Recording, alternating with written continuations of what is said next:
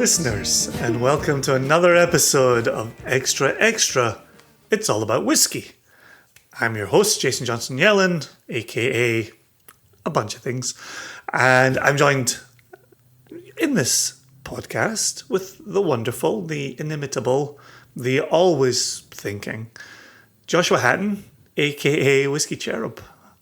Hi, Joshua. Thank you for having me. I appreciate you letting our listeners know that I've always got my thinking cap on.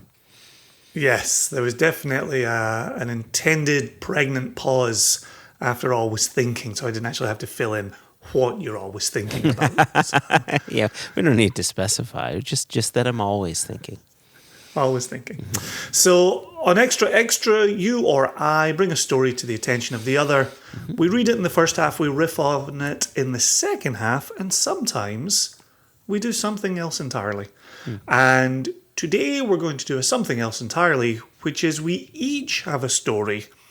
Neither one did we think could really fill out a full episode, but they're kind of interesting. They're something that you and I would talk about together on a Monday morning. So here we are. So we'll give you the first half of the podcast. I'll take the second half of the podcast, and then we'll get out of here. At least we will try to get out of here in a tight 30 to 35 minutes. All right. So you're handing it off to me? Yeah, what are you bringing to our attention today, Joshua Hatton? Always thinking. I've got a story here. So I think we may have mentioned this before. I subscribe to the Mark Brown report, and it's an article that comes into your inbox, and it's specifically for people in the industry, right? And it'll come into your inbox a few times a week, usually at around 3 a.m. Mark Brown, if you don't know who that is, I mean, Mark Brown is Mr. Buffalo Trace. He is the CEO of that, of Sazerac, right? Of the big thing. So anyway, he compiles a list of stories, and this is one of the stories on one of the more recent emails that came in on. The email came in on June 4. The story is from June 3, and the source is from thehill.com. And the title reads, United joins carriers scaling back in-flight alcohol service. Mm-hmm. Okay. It doesn't say who the author of the article is, at least not in this email, but I imagine if you went to thehill.com and just looked for that headline, you'll find the author. So the story begins, United Airlines this week became the latest U.S. carrier to limit its alcohol service on flights amid reports of unruly passengers on other airlines. Which is an interesting take, right? Yeah. People aren't behaving over there, so we're going to change something over here. Yeah, and as they were doing it, I guarantee they were saying, this is why we can't have good things. This is why we can't have nice things. Continues, alcoholic beverages such as wine, beer, and hard seltzer will now be served on domestic flights longer than 800 miles. They were previously available for flights over 200 miles. Both Southwest Airlines and American Airlines announced recently that they would also be limiting alcohol service on their flights. American Airlines said it would not be lifting its suspension on alcoholic drinks until September due to, quote, disturbing situations on board aircraft, end quote, in which passengers have allegedly assaulted staff members on flights. That's just craziness. That's bad news bears.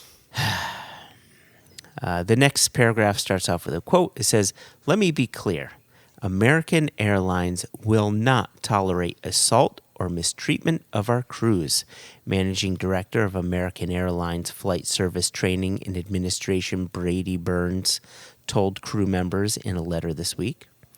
Southwest's head of in-flight operations, Sonia LaCour, said in a letter obtained by CNN last week that, quote, based on the rise in passenger disruptions in flight, I've made the decision to reevaluate the restart of alcohol service on board.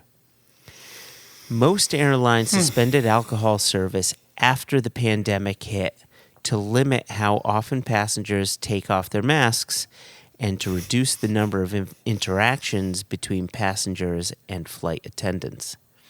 Heavy fines not to mention trips to the bathroom. Well, there is that, right?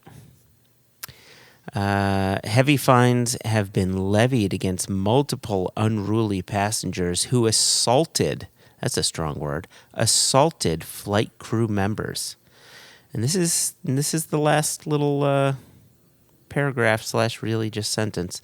Federal Aviation Administration Chief Steve Dixon announced in January that the agency would be adopting a zero-tolerance policy toward bad behavior on flights and would pursue fines and jail time instead of issuing warnings.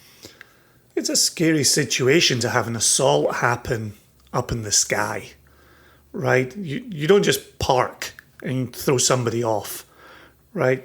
There's a whole procedure to get them under control, back in their seat, get diverted to a local airport so you can get that bird on the ground, as I think captains famously said in the 70s.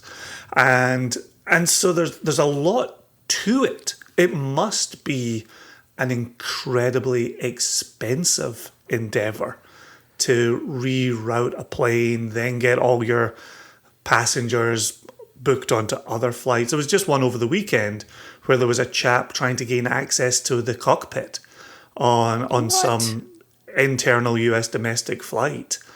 And was he drunk? What was the scenario there? There was only reading between the lines, and you're certainly seeing a few of these where someone's taken a little sleepy medicine, but then the sleepy medicine hasn't kicked in quite fast enough, and so they've taken a wee alcoholic beverage on top of the sleepy medicine, and then all hell breaks loose. And so I'm not saying that was the situation. I'm just saying that's something I have seen. We had it last year where there was a professional golfer returning from a competition in first class, and he did exactly that. He combined sleepy medicine with alcohol, ended up urinating on other passengers in first class. In his sleep, or the combination just kind of messed with him? In that fugue state, right? Where you're neither one thing nor the other. You're neither asleep nor awake. You're just unruly. But here's my question to you. Yeah. How many people do you think are actually buying the booze that is passed around or goes up and down the aisle? And how many do you think are just pulling from their little carry-on that they've got underneath them? Well, that is a very good question, and it's funny, and we don't want to go down this rabbit hole at all. But when you posed that question, I see a dotted line to the gun question and gun permits, right? You know, they talk about, well, if you limit the amount of legal guns on the streets, it should limit the amount of gun violence. But there's a percentage of gun violence that's solely attributed to legally acquired guns. And so I think in both cases, well, to answer your question, I don't know what the answer to that is. But and at the same time, I don't necessarily think that limiting the sale of alcohol in flight will limit what this article is talking about. A true limitation is not allowing the nips, right, the minis, to come along on carry-ons, which you could see it's a potential next step. I mean, I've brought many minis with me, but I never bring them in my on-flight thing. Unless I should take that back. I've taken some to do Cask sample sessions, only to realize the air pressure in there and everything. You know, it's a terrible environment to do Cask sample checks. And so I just promptly put them away, saying, "Now there's no way this whiskey tastes like this." Moving on. Don't mind me just sampling through a bunch of Cask samples in the air.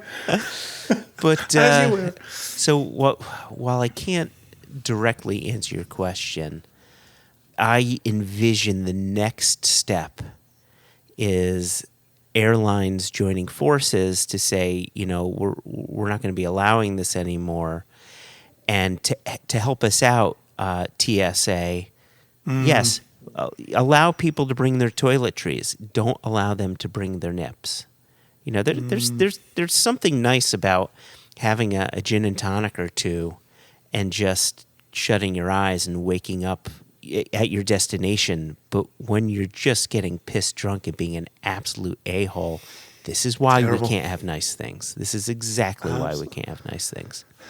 Something interesting is happening right now, and why I'm glad you brought in this article, is here we are talking about alcohol use on flights and the type of behavior it's leading to. Mm-hmm. We've now seen a ban, a partial ban, a suggested ban, some councils in Scotland banning drinking in the park because, it's lockdown, you can't go inside a bar, but they would go to the park and maybe get a little unruly and then leave litter everywhere and overflow bins. Yeah. We're continually seeing scenes out of Ireland where there's a lot of unruly behaviour going on right now. The Garda being called in, kids jumping on cars, destroying property. They're now talking about summer drinking. The Atlantic had a piece at the start of June talking about America has a drinking problem. And I was just going to bring that up. Alcohol problem, right? I was just going to bring that up. And it's kind of interesting. I'm looking around right now, and it feels like the summer of alcohol being pulled out into the harsh light of day and discussed. And I think you and I are fortunate where we're in the single cask business. Mm-hmm. 15-year-olds aren't getting their hands on our hooch and drinking it to excess and getting unruly.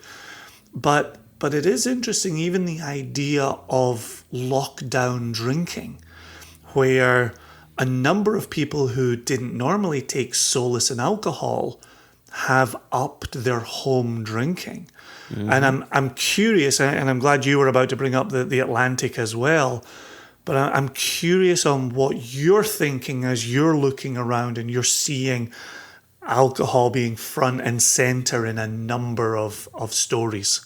Part of me wonders how much of this is actually a story and how much of it is a story trend that people are picking up on. Like, there are things going on, right? That every action has a reaction. The things going on in Scotland, I remember reading about that. I didn't hear about the Ireland thing, but I just wonder how much of an increase we're seeing, and is it so much of an increase that it warrants what we're talking about here, or is it just becoming a slightly larger story that has only been made larger because now it's become click-worthy? Well, and it also seems to be connected to frustration and letting off steam, right? Yes. On one hand, people are really done with lockdown. People want to go back to being in clubs at the weekend and being in bars and dining indoors. And in the absence of that, you see frustrations. What I would say, though, is I think we've gone from, if you look at any major city on a Friday night and a Saturday night, they're war zones, absolute war zones. They're frightening places with the youth, and they're drinking and they're fighting and they're taking to the streets. I think what we're seeing right now is these images are coming out on a Tuesday, and it's the summer, so the nights are lighter, longer. And so you're seeing it in blazing colour right in front of you. Yeah. It's not happening at 1 a.m. or 2 a.m. after the clubs have let out. It's happening at 10 p.m. when, for parts of Europe, the sun is still up. And so, I'm kind of curious as I'm following this. I don't think behaviour has necessarily changed, but I think our viewing of it, plus everybody has a camera on the device that they carry around in their pocket. Yes. Right? Yes. And so there's nothing not being seen.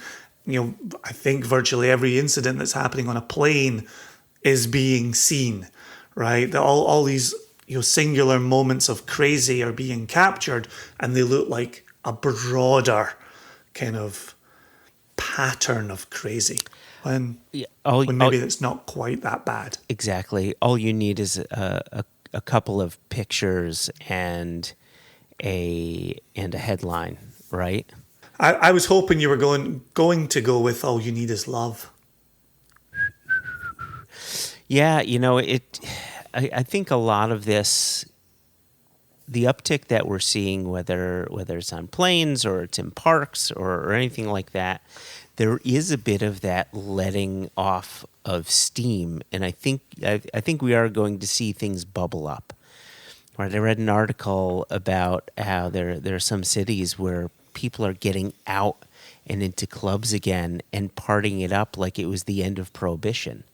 Right? Mm-hmm. It reminds me of any time my kids clean the room, I go in there and I start walking around and I wave my arms around saying, look what I'm able to do. I wasn't able to do this before because your room was so messy, and now I can do this. It's the same thing, right? It's look what we can do, and then it'll come back. But as news story begets news story begets news story, it becomes far bigger than it likely is. And yeah, looks like a global pandemic. Yeah. Anyway, so let's wrap it here, take a very quick break, and come back with something a little lighter in the second half. Beautiful.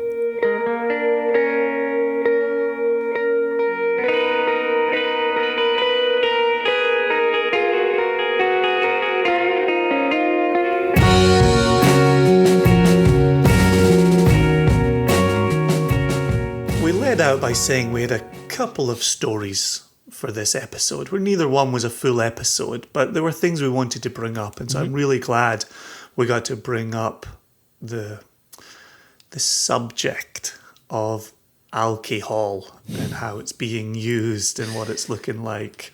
Here's something of a very different colour. The story is from May 31, 2021, authored by Leslie Wu for Forbes. Mm-hmm. And I can say I did turn off my ad blocker for this article. And when I did that, the article disappeared because it was replaced by ads. But I have it back. And this title, as soon as I saw this title, I absolutely had to bring this into extra. Okay. Working dogs can sniff out flaws in whiskey and wine barrels. I just envision these dogs walking the streets at night, street corners, working dogs. Oh, these are different too kinds much of working makeup. Dogs. Yeah, too much makeup, bustiers, the whole thing. These are very different kind of working dogs. Okay. So Leslie writes, those who spend time in whiskey distilleries in the past may have encountered a furry friend or two. Diligent distillery cats making the rounds on the prowl for rodents attracted to the barley. Although the role of these mousers may have shifted over the years, some achieved fame beyond their lifespan through naming rights to dedicated bottlings, most notably Glenturret's Towser Cask whisky, which memorialised a Guinness World Record holding cat who caught 28,899 mice during her 24 years at the distillery. There's no way there was a running tally. There's just no way. Somebody said, if that cat catches, X number of mice a year, and it's been doing it for 24 years, how many mice do you reckon it's captured? I'd say 28,900, maybe 30,000. How about 28,899? Yep, sold. Wait, hold on. Just really quickly. 28,000. Let's just call it 29,000. And how old is this cat? 24 years at the distillery. Divided by 24. That means on average it's catching 1,200 mice. What's going on at Glen Turret that there are 1,200 mice being picked off a year? A year. So that's 100 a month. So that's about 3 a day. Oh, okay. Okay. You know what? When you break it down like that, it's just, what are you going to do, right? And then whatever 3 is divided by 24 would even let you know how many an hour. And it's point something an hour. Like, it caught close to 0 every hour and ended up with 29,000 for a career. Amazing. Amazing. Amazing how math works. Anyway, continue. Now, an 18-month-old pup named Rocco is giving a new connotation to nosing whiskey. He's helping Associate Global Brand Director, parentheses, and human, Chris... You laughed in the wrong place. That's kind of funny, though, that they have to... This person's also human. And human. Yeah, but do you want to know the name of the human? Oh, please. This it's beyond perfection. Chris Woof. WOOF? 2 Fs. Woof. Wow. Amazing. Chris Woof. Yeah. That's kismet. Like, he can only have the one job to work alongside a mousing dog. Well, so he's not a mousing dog. We haven't got to his role yet. Oh, well, please don't let me get in the way. Yeah. So Rocky is helping Chris Woof sniff for flaws in the Grant's Whiskey Distillery in Girvan, Scotland. Hey! And then we've got a quote from Woof. The sense... No, Woof's the human. Rocco's the dog. Continue. Yep. The sense of smell of a dog like Rocco is 40 times stronger than a human's. Mm-hmm. And we have specially selected and trained Rocco to pick up the scent of anything that's not quite right as the whiskey matures. See, that's the part I want to know more about. Like, what's the not quite right part? Like, tell me more there. Yeah. What are the parameters that they set up for Rocco? Yeah. Right? Yeah. So this is a quote to the Daily Record, which was my father's paper of record, paper of choice. There you go. And so the quote continues, mechanical noses are widely used in the winemaking industry, but we wanted to maintain the tradition of our craft skills by using a dog's natural super sense of smell in our quality control process. I do like the use of tradition there when they've trained a dog to do it. Traditionally, we haven't used machinery. Rocco, yeah, boy. Rocco. I'm curious what these robot wine noses are. Like, is there some robot army? Some robot army? This article is raising more questions than it's answering. So we're about to get a quote. Who was the author again? Isaac Asimov? Schrodinger's dog. Completely unrelated. According to trainer Stuart Phillips at BWY K9 Training in Wales, the process took over 8 months using cask samples and other methods. Other methods, I can only imagine. Oh my gosh, my mind goes to beatings, right? And other methods. If you don't select a good cask this time, Rocco. Yeah, they hit him with a copy of the Daily Record. Press the nose. Bad dog. And Rocco learned the ropes alongside another Cocker Spaniel, Bran, for the secretive project. And now here is the quote. This is a quote from the BWY website. Okay. Should Rocco identify any casks, then Rocco's new handler will inform staff at the cooperage, who can place the casks to one side and not be used in the whiskey making process.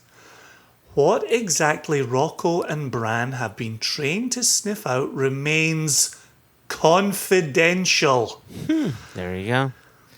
But whiskey drinkers can be assured that the dogs are helping to identify imperfections in the wooden casks, ensuring that the quality of whiskey produced remains at the exceptionally high standard expected by the whiskey maker and the consumers purchasing bottles of whiskey. And so to me, it sounds like it's a cask selection process for wood that will be used for maturation. But in this article, it has talked about, and maybe rightly, maybe wrongly, about the dog being trained to select maturing casks of whiskey that are not maturing according to set standards. That one seems a little trickier to me than just selecting the cask that will be used for maturation. And the way the last paragraph or few sentences were written, that's how I understood it too, that it's a quality assurance of the casks about to be filled with spirit. Yeah, let's see if there's more info here.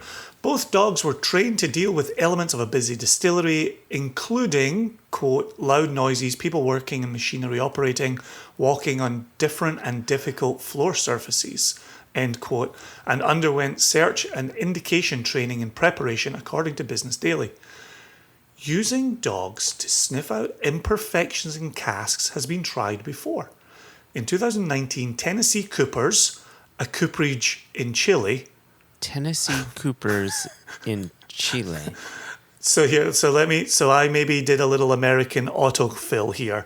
It's T.N. Coopers and then a cooperage in Chile. Okay. So yeah, T.N. And so for international listeners, T.N. is the state abbreviation for Tennessee. You talk about whiskey, you put up T.N., I autofill Tennessee on that. So T.N. Coopers, a cooperage in Chile, brought a team of dogs on board to hunt down TCA, TBA, and other compounds potentially contaminating the wood in wine barrels. Now we're cooking. Quote, the underlying principle is that dogs have a much wider olfactory threshold than humans and thus can detect very small concentrations of specific compounds just by their sense of smell. T.N. Cooper's marketing manager, Guillermo Calderon, told Wine Spectator. There we go. A couple more paragraphs and then we're out of here. Although the dogs have a serious job, they also apparently lighten the mood considerably with their fuzzy presence. Wine Spectator recently released its issue devoted to winery dogs who bring wagging tails and happy spirits to vintners and visitors across California. And then the only reason I read that is because I saw they were going to close out by referencing Rocco. Rocco, who has his own kennel at the distillery and is considered a member of the team, quote, the atmosphere lifts whenever Rocco is working and people can't help but smile in his presence. Leanne Noble, the Grant's team leader in charge of Rocco's care, told the Daily Record. He's a working dog rather than a workplace pet. So we have guidelines in place to make sure he doesn't get disturbed when he's taking a break between shifts. He's out back smoking a cigarette. Reading the Daily Record. Oh, what's going on in the world today? Oh, these kids and their booze. Oh, what are you going to do? What are you going to do? Sorry, he's Welsh. Whose trainers are these sneakers? He's a working terrible Welsh accent. Absolutely. It was rushed. In place to make sure he doesn't get disturbed when he's taking a break. But the boost in morale has been a joy to see. So at the end of the day, it sounds like Rocco's been brought in search of organoleptic compounds. And it certainly sounds like cask selection. I do also wonder if it might continue during maturation. If it wasn't picked up in the very early stages, but it's perhaps built during maturation, I wonder if a trained dog could then identify that. For our listeners that don't know the term organoleptic that just rolled right off your tongue, can you? I say it every day. Can you clue us in? Yeah, organoleptic. It's just those organic compounds that you would find in a food or in a liquid that somehow trigger your senses. Okay. In this instance, for the dog, smell. In our instances, smell and taste. So Okay. that's an interesting little project. Were there any quotes from Rocco Not in this article. in this article? Yeah. I'll tell you, I find this one interesting. You and I both have smelled casks before they've been filled. Mm-hmm. I remember smelling some when we were in Spain, smelling some emptied sherry casks, and you smell for that because you're looking for a bit of sulfur, right? You're looking for what's the stuff you don't want in there, and I guess it makes sense, right? That a dog has a better sense of smell. There's no doubt about it, but B, because they have that, what a money saver it would be. Like if you're putting spirit into cask and letting it sit there for 10, 12 years, and there's that spirit gone to waste or had to be blended out into something, right? It's a really interesting approach. I agree with you, and that's what's interesting to me is the idea of the pre-selection, but then the continuing inspection, where even if it wasn't there to begin with, did it go, quote unquote, off at some point in the process? And to, even if it wasn't there to begin with and you went ahead and used the cask, to discover it at 3 years or 5 years or 7 years is better than discovering it at 12 years or 13 years. You're still saving time in there. And especially with wood at a premium, space at a premium, and liquid at a premium. If you're sitting there with a cask that's not going to be used for, a specific distillery purpose, you want to know sooner rather than later that that's the case. Yeah, I'm just trying to figure out the logistics of it, at least for the sniffing of the casks after they had been filled with liquid, because there's so many warehouses that are dunnage, right? So you're putting these casks 3 levels high. If you want to get to that bottom level, you've got to take off levels 1 and the top and the center layer for them to smell it. And then you've got racked warehousing and palletized warehousing. Initially when I was thinking about a job's dog to smell these casks, again, this is the second half after the liquid has been matured in cask. I was thinking about Glen Murray. They've got over 100,000 casks in their warehouse. How could a dog do that? And then I thought back to the mousing cat, that can kill 3 mice a day, and those numbers then add up very quickly, right? Just let the dog sniff 12 casks a day for, and you're golden. But the logistics of breaking down warehoused casks makes this project seem much more difficult on the back end than it is from the outset of smelling the casks as they come in before they get filled with your spirit. Yeah, and I wonder, and I'm sure big distilleries and certainly a huge organization like Grant's would likely know this. What are the percentage of casks that quote unquote go off during maturation compared to the number of casks that come in that shouldn't have been used to begin with, right? And if that's the point at which you get the dog involved, you could take a number of problematic casks out of circulation with much easier logistics. You and I have seen, empty cask deliveries that sit in a yard and you can have access to every single one. Every single one gets rolled into a filling station.